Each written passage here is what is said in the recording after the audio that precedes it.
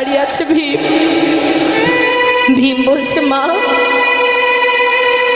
সারা জীবন তো তোমাকে নিয়ে বনে বনে কাটিয়েছি, কত যুদ্ধ, কত কষ্ট, সব কিছুর অবসান ঘটিয়ে সবেমাত্র দাদা রাজা হলো। সুখের নাগাল পেতে না পেতেই তুমি আবার কেন দুঃখ চাইছো মা? তোমার কি স্বাদ মেটেনি? মা বললেন, ওরে ভীম,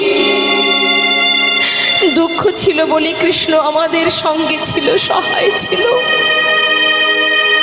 আজ দুঃখের অবসান ঘটেছে বলেই কৃষ্ণ ছেলে চলে যাচ্ছে। বাবা একটিবার বল, এই জগতে দুঃখ পেলে, এই জগতে যদি কেউ কষ্ট পায়, তাহলে যে কৃষ্ণকে কাছে পাওয়া যায়, চাই না বাবা? যে সিংহাসনে বসলে চিরতরে কৃষ্ণ হারা হতে হয়, আমি সেই সোনার সিংহাসনে চাই না। যুধিষ্ঠির সিংহাসন ছেড়ে নেমে আয়, নেমে আয় ওই সিংহাসন ছেড়ে। যে সিংহাসনে বসলে কৃষ্ণ হারা হতে হয়, সে সুখ আমি চাই না বাবা, নেমে আয়।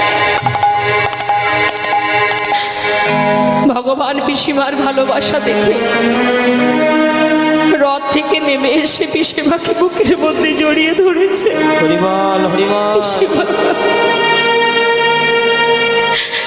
কত ভালোবাসলে তবে সারা জীবনের কষ্টের ফল সোনার সিংহাসনটুকু ত্যাগ করতে চাই?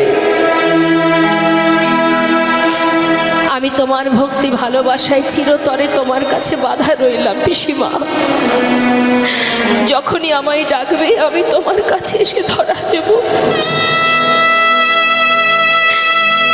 পিসিমাকে সান্ত্বনা দিয়ে পিসিমার কাছ হতে বিদায় নিয়ে